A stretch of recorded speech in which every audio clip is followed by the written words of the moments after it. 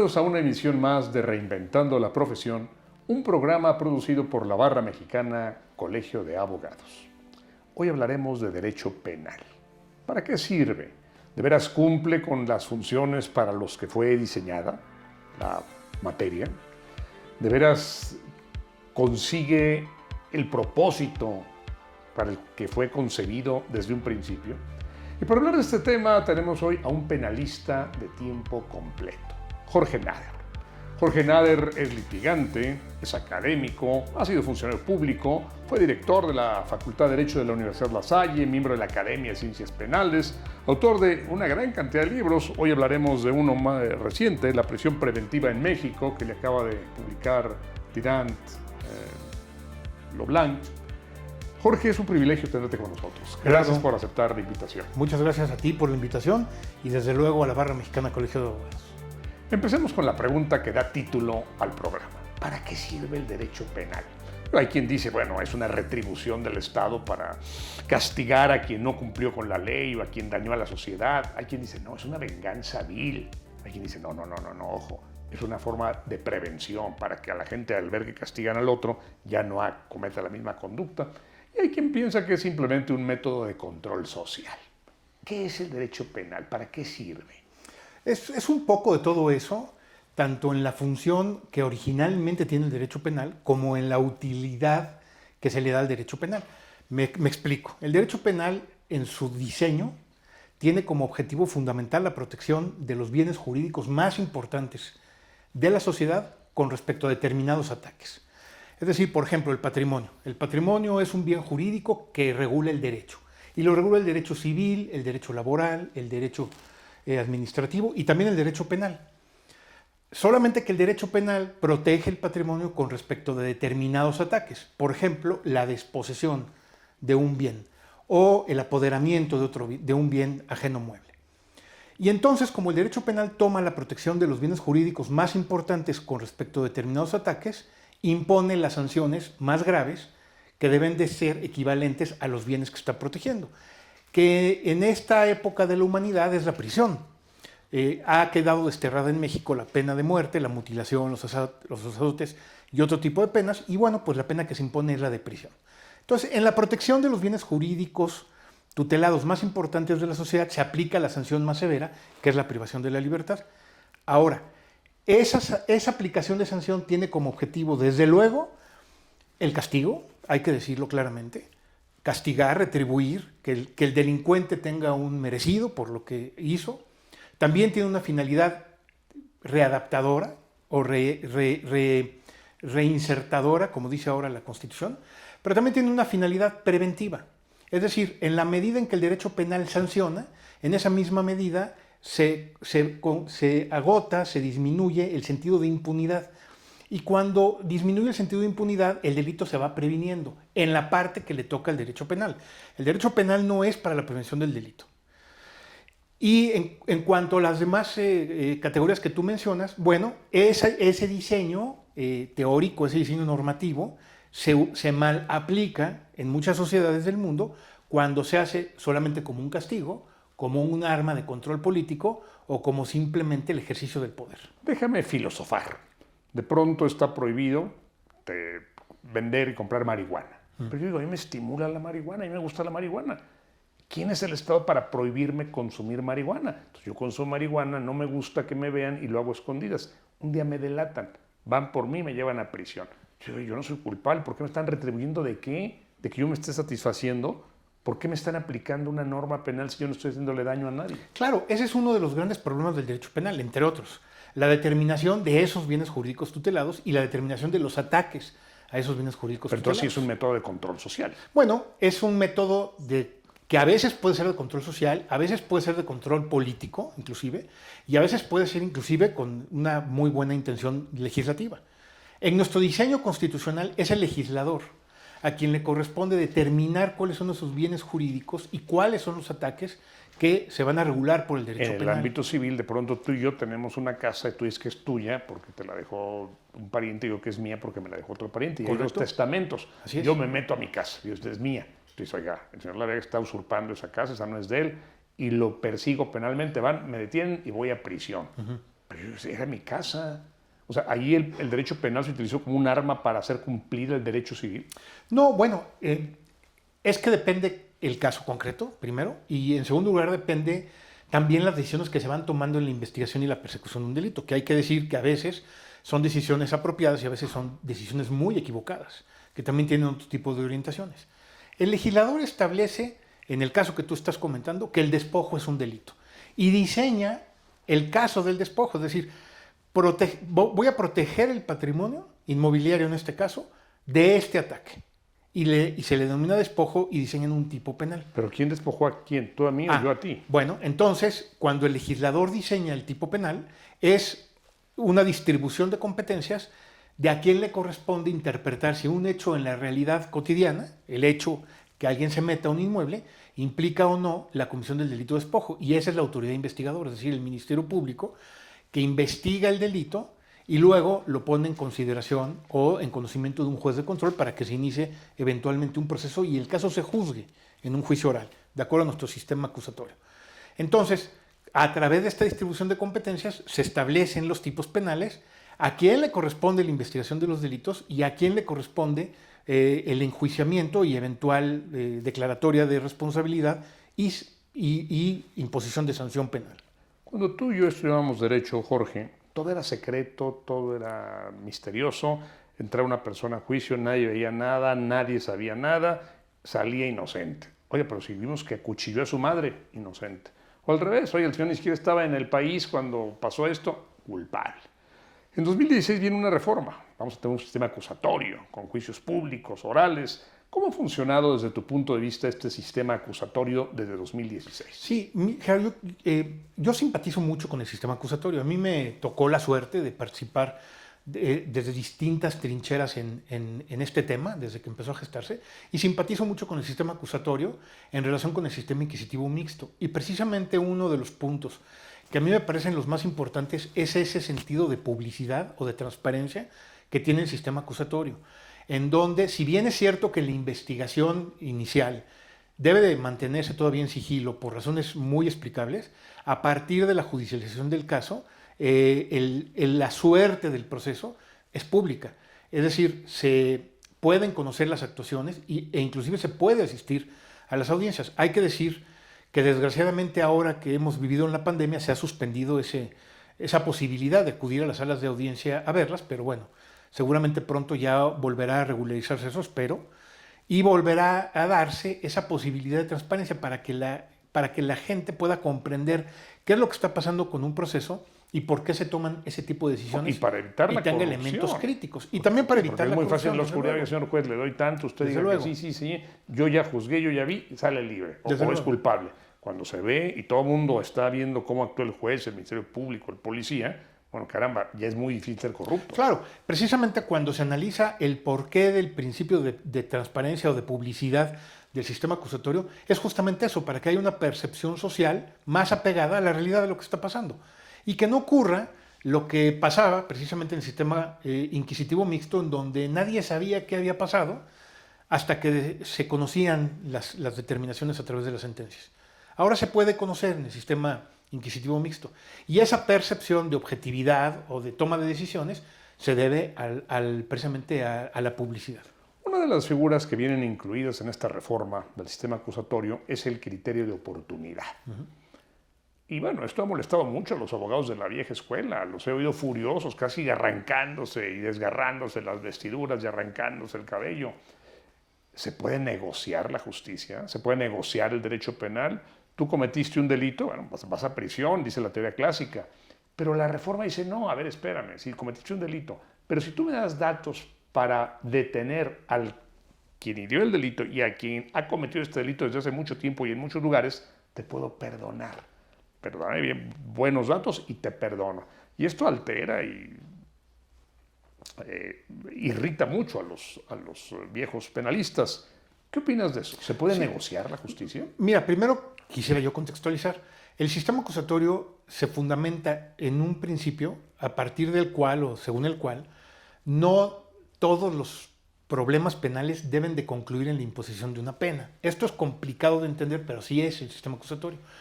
Es decir, el sistema acusatorio, que prevé como una de sus últimas fases el juicio oral, al mismo tiempo busca que prácticamente la minoría de los asuntos lleguen al juicio oral. Esta es una contradicción interesante, porque se maneja que este sistema es el de juicios orales, y sin embargo en cualquier país del mundo los juicios orales no pueden exceder de entre el 5 y el 10% de los casos. No hay estado que pueda resistir que el 100% de los casos se lleven a un juicio oral. Por lo tanto, el sistema acusatorio en todas partes del mundo busca salidas adicionales o paralelas al juicio oral. Y por lo tanto, no siempre la imposición de una pena es la mejor solución al caso delictivo en análisis. El sistema acusatorio lo que busca entonces es aplicar la mejor solución al caso en concreto y ser muy específico en determinar cuál es el mejor camino a este caso en particular. Y entonces ha diseñado una serie de mecanismos, como el acuerdo reparatorio, como el proceso abreviado, como la suspensión condicional y como el criterio de Y oportunidad. ahora, si a mí me chocan mi coche, yo no quiero que el sujeto vaya a prisión, a mí me tienen sin cuidado, eso me importa que me reparen mi coche. Y ahí está el acuerdo reparatorio. Entonces, a partir de un acuerdo reparatorio ya no es necesario el juicio oral, ya no es necesario el procedimiento, en fin, hay una serie de salidas que reglamenta pues el Código Nacional de ¿Y Procedimientos qué dirías a Penales. los viejos penalistas que dicen que no se puede negociar la justicia? Bueno, es que el criterio de oportunidad y el proceso abreviado son dos salidas paralelas al juicio oral que son muy delicadas, Gerardo. Si lo quiero yo también decir, particularmente el criterio de oportunidad, yo lo he dicho desde hace mucho tiempo, inclusive lo he publicado, es una salida que tiene un límite muy pequeño entre la salida y la corrupción y la impunidad, porque justamente es eso. El criterio de oportunidad es una salida a partir de la cual sí hay datos de prueba y elementos suficientes para considerar que se ha cometido un delito y que alguien es el que posiblemente lo cometió o participó. Sí hay elementos para proceder penalmente en contra de alguien, pero el Estado toma la decisión de no proceder penalmente en contra de esa persona, es decir, dejarla en impunidad por virtud de que a partir de eso logre un beneficio mayor que tiene que ver con la justicia, la prevención y la sanción de responsabilidades más importantes. Y eso se llama el criterio de oportunidad. Y sí es una figura muy delicada, tengo que decirlo. En la Constitución se establece que el criterio de oportunidad es para el ejercicio o no de la acción penal y que debe de estar reglamentado en acuerdos emitidos por el procurador de cada entidad. Y eso pues deja en manos de los procuradores la política de persecución criminal a partir de la aplicación de los criterios de oportunidad. Entonces, en el diseño, todo parece indicar, porque el Código Nacional de Procedimientos Penales también lo regula, todo parece indicar que en efecto, a partir de la imposición de un criterio de oportunidad, es decir, de dejar a alguien en la impunidad, se pueden lograr beneficios mayores en beneficio de la justicia. Eso a mí me parece y de la clarísimo y yo punición. lo aplaudo. Sin embargo, en la práctica, y ese es el problema que tenemos, no solamente en el criterio de oportunidad, sino en muchos otros temas, como en la prisión preventiva, en la práctica el sistema es muy nuevo. Es decir, entró en vigor apenas el Código Nacional de Procedimientos Penales, acabó de entrar en vigor en el 2016. Y a partir del 2016 y hasta la fecha, pues a todos nos ha tocado hacer camino al andar. Los jueces han tenido que empezar a interpretar de qué se trata, han tenido que empezar a ensayar formas de actuación, los ministerios públicos también, los litigantes. Han habido muchísimas resistencias que poco a poco se van superando. Y en ese ejercicio de ensayo y error se ha mal aplicado una serie de figuras a veces. Y en algunos casos públicos y notorios, el criterio de oportunidad, del que se ha inclusive hecho uso pues inapropiadamente. Porque no es verdad, por ejemplo, en algunos casos públicos, que a partir de que alguien se acoja a un criterio de oportunidad, se va a lograr un beneficio mayor, es decir, se va a lograr detener o capturar a las personas que hayan participado o que sean los líderes o que hayan cometido delitos peores. Y que además se garantice que quien está haciendo esa delación o esa colaboración, luego va a ir y va a declarar ante el juez, ante el tribunal de enjuiciamiento, que en efecto él sabe y le consta lo que hicieron las demás personas a las que delató. Déjame hablar de otra figura, que es la que da título a tu más reciente libro, La prisión preventiva en México. Bueno, yo entiendo que cuando una persona es acusada, puede llevar en cualquier país desarrollado su juicio en libertad. Yo digo, el señor Nader me robó tanto dinero o mató a tal. Bueno, a ver, mientras investigamos, usted se queda en su casa, no puede salir, pero no va a prisión. Y ahora resulta que el artículo 19 de la Constitución está lleno de delitos que figuran como prisión preventiva oficiosa. Basta que yo vaya a acusar a alguien, el señor es delincuente electoral, el señor hizo esto o aquello, para que se le ponga en prisión. ¿Tiene sentido esta prisión preventiva oficiosa? ¿Cómo está funcionando la prisión preventiva en México? Que es el tema de tu reciente libro, Sí. Jorge. Esa es otra de las instituciones muy importantes del sistema acusatorio, que en la práctica se están aplicando de manera distinta como fue diseñada.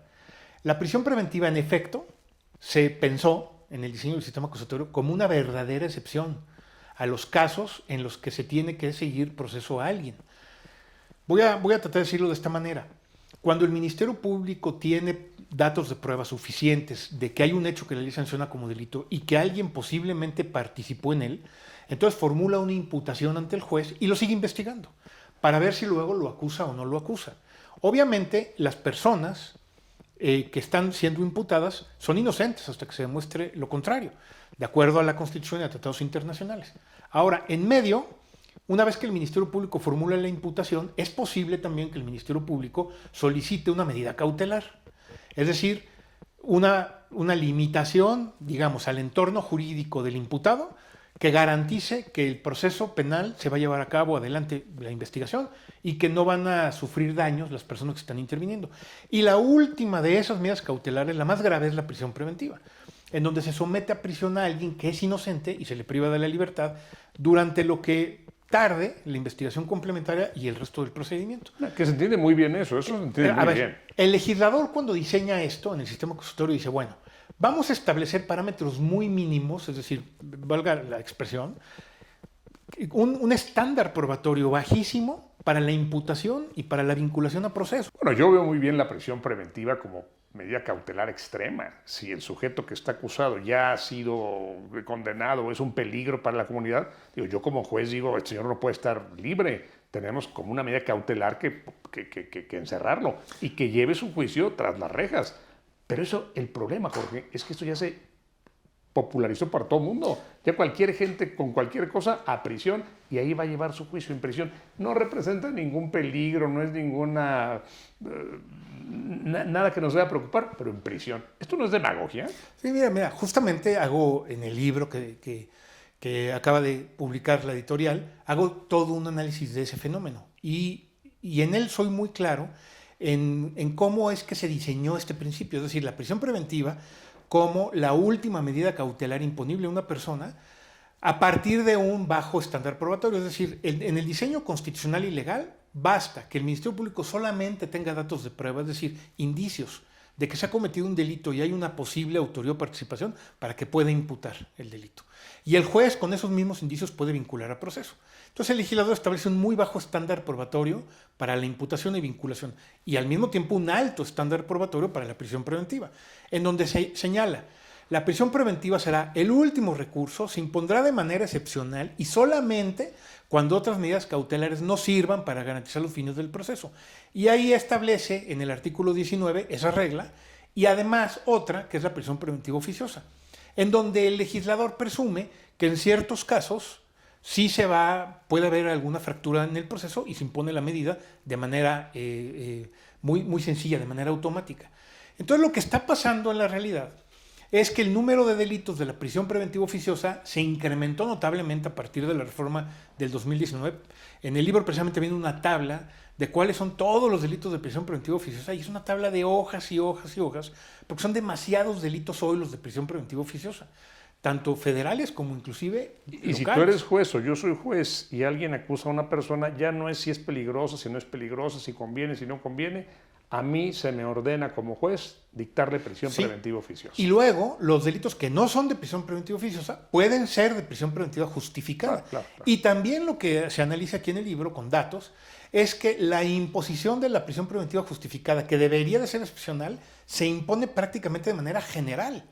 Entonces, si tú sumas las prisiones preventivas oficiosas y las prisiones preventivas justificadas, pues lo que tienes es un abuso excesivo en la aplicación de esta medida que está generando que los reclusorios otra vez vuelvan a tener todos los problemas, como lo ha señalado inclusive la Comisión Nacional de Derechos Humanos. Pues estamos regresando a una etapa de la que ya habíamos salido. Así es. Inclusive hay instituciones de Procuración de Justicia que presumen en sus informes el número de personas que tienen en prisión preventiva, como si eso pudiera ser un logro o ser algo aplaudible. Al contrario, es todo... Tú eres miembro de la Academia Mexicana de Ciencias Penales, que reúne a las mentes penales más brillantes del país. ¿Qué hace la academia o qué dice la academia respecto a esto? Que a mí me parece un tema enorme. Claro, el sistema acusatorio es un motivo de análisis académico permanente de la Academia de Ciencias Penales, como otros, ¿no? Y precisamente lo que se hace en la academia es la promoción de estudios de todo tipo y de eventos académicos o de actos académicos para analizar estos problemas que se van dando en el camino. En el caso de la prisión preventiva, por ejemplo, la academia está siguiendo muy de cerca el trabajo que está haciendo la Suprema Corte de Justicia, particularmente en la parte de la prisión preventiva oficiosa. Recientemente la Suprema Corte de Justicia anuló la prisión preventiva oficiosa para algunos delitos fiscales que se establecían como que afectaban la seguridad nacional. Y tiene pendiente de resolver la Corte en una decisión que podría ser sumamente trascendente si la prisión preventiva oficiosa es inconvencional, lo cual es un reto importante para la Corte porque sería abrir la puerta a que normas constitucionales puedan declararse inconvencionales. Pero es que el artículo 19, hoy como está redactado, establece un uso abusivo, excesivo, prácticamente generalizado de la prisión preventiva oficiosa. Y mira, Gerardo, te voy a poner un ejemplo. Fíjate que para la imposición de la prisión preventiva oficiosa, es decir, automática, solo basta la imputación del Ministerio Público. Solo basta eso. Que el Ministerio Público se siente ante un juez de control y diga, yo vengo a decirle aquí al señor que le estoy imputando el delito de lavado de dinero en delincuencia organizada y que por lo tanto lo estoy investigando. Y ¿Es suficiente? Y tengo como datos de prueba la denuncia presentada por la Unidad de Inteligencia Financiera, el informe contable sobre movimientos bancarios y los estados de cuenta bancarios. Es lo que tengo ahorita. Entonces, con eso le imputo al señor delincuencia organizada y lavado de dinero y le digo que lo voy a seguir investigando. Acto seguido, el juez puede decir, muy bien, te impongo la prisión preventiva oficiosa. Y esto abre la puerta para todo tipo de extorsiones. Absolutamente, porque en la medida en que tú tengas una prisión preventiva oficiosa sobrecargada como la que hoy tenemos, pues es relativamente sencillo llevar a prisión a quien sea. O extorsionarlo. Si tú no me das tanto, y eso yo te acuso de esto. Claro, y ese es el punto básico del libro. O sea, si tú me preguntas cuál es la tesis central del libro, justamente es esa. Es que el uso abusivo de la prisión preventiva, tanto de la oficiosa como también de la justificada, hay que decirlo, lo que está haciendo es que está trastocando las finalidades del sistema acusatorio, porque en lugar de crearse incentivos para que las personas se presenten a su proceso y la justicia se dicte, es decir, la justicia se haga, lo que está pasando es que las personas, los imputados, ya no están acudiendo a los juzgados y están evadiéndose de la acción de la justicia y por lo tanto la justicia no cumple tampoco sus objetivos, lo que pasaba en el sistema anterior. Hoy en día, entre el mundo de los litigantes, precisamente es eso. Si te llega un citatorio por parte del juez de control o una audiencia inicial, antes, o el incentivo del sistema acusatorio es, ve, no tienes ningún problema, porque te van a imputar una investigación, a lo mejor te vinculan a proceso, no pasa nada, pero estarás libre y lo puedes atender. Pero hoy el incentivo es el contrario. Es, oye, si vas, lo más seguro es que ya no regreses a tu casa, ¿eh?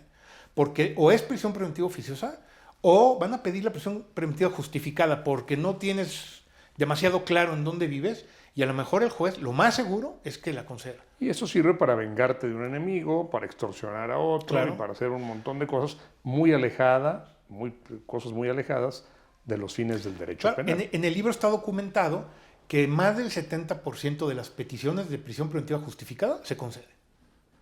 Entonces, en realidad, esa perversión en la aplicación de la prisión preventiva, lo que está haciendo justamente es lo contrario de lo que busca, lo que está provocando es lo contrario de lo que busca el sistema acusatorio. Volvemos al caso del accidente de vehículo, para poner un ejemplo muy sencillo. El incentivo es repara el daño y el proceso penal acaba. Pero ese incentivo no se va a lograr en la realidad si yo, que choqué contigo, lo más seguro es que en determinado momento acabe en la cárcel, aunque sea una semana en prisión preventiva. Y entonces tú puedas negociar lo que quieras conmigo y el incentivo no se va a lograr. Entonces, la propuesta fundamental del libro es justamente esa. Tenemos que hacer una reflexión, no hay que tenerle miedo a la libertad de las personas. O sea, las personas pueden enfrentar su proceso en libertad perfectamente bien. La prisión preventiva debe ser la excepción. Y eso se logra si la prisión preventiva oficiosa se reduce sustancialmente y los casos de prisión preventiva justificada también se objetivizan. Que ese era el ideal de la reforma de 2016. Jorge, una última pregunta para concluir. Si en tus manos estuviera hacer una sola reforma al sistema penal mexicano, dímelo en un minuto, ¿qué harías? Bueno, empezaría por esa. Reformaría yo el sistema, o sea, promovería yo una reforma al artículo 19 constitucional para establecer solamente casos muy, muy señalados de prisión preventiva, porque yo inclusive reconozco que la prisión preventiva oficiosa es un mal, pero tolerado internacionalmente, ciertamente. La realidad demuestra que hay personas muy peligrosas que deben de estar en prisión. Sin duda.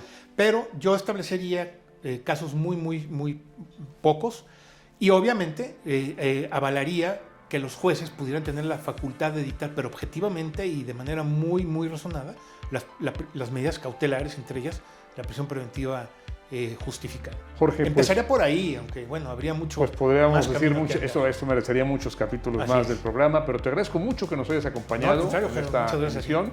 Y bueno, y mucha suerte con tu libro La prisión preventiva en México de Jorge Nader. Esperemos leerlo y platicarlo en próximas emisiones. Gracias a ti, Jorge, Gracias, y gracias a ustedes que nos ven.